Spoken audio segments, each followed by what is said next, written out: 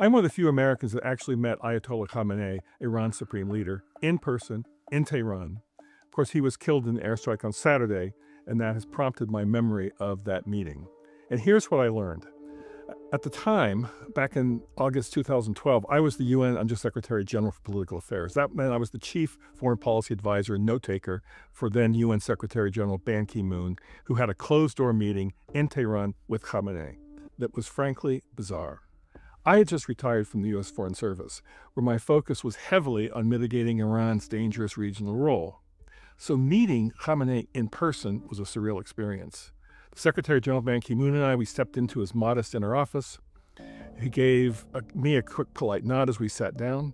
He sat perfectly still with a stiff, straight-back posture and stared at Ban Ki-moon for what felt like an eternity. Finally, in a soft, raspy voice, he launched into a diatribe that lasted well over an hour. And I have three main impressions that stuck with me from that encounter. First, to my surprise, he did not mention Israel.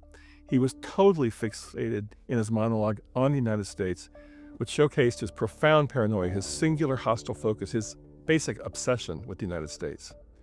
And second, the contrast between the flatness of his delivery, the utter lack of charisma he had, and the fiery nature of the words that he was delivering.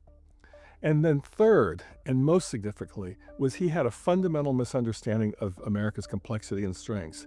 And he was entirely convinced back in 2012 that we were an imploding country, that we were defined by predatory economic mayhem, falsified elections.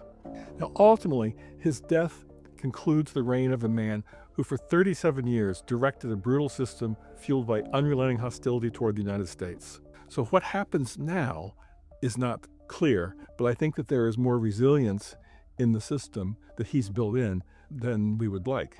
This is not Venezuela. This is not a country where you can remove or kill a leader and expect someone else to reach out to Washington and say, okay, let's make peace now. The entire identity of the Islamic Republic of Iran under Khamenei's leadership became anti-American. The people who have the guns, they have a very strong ideological bias against us. This is not going to be the same result as Venezuela. And for more analysis, visit brookings.edu.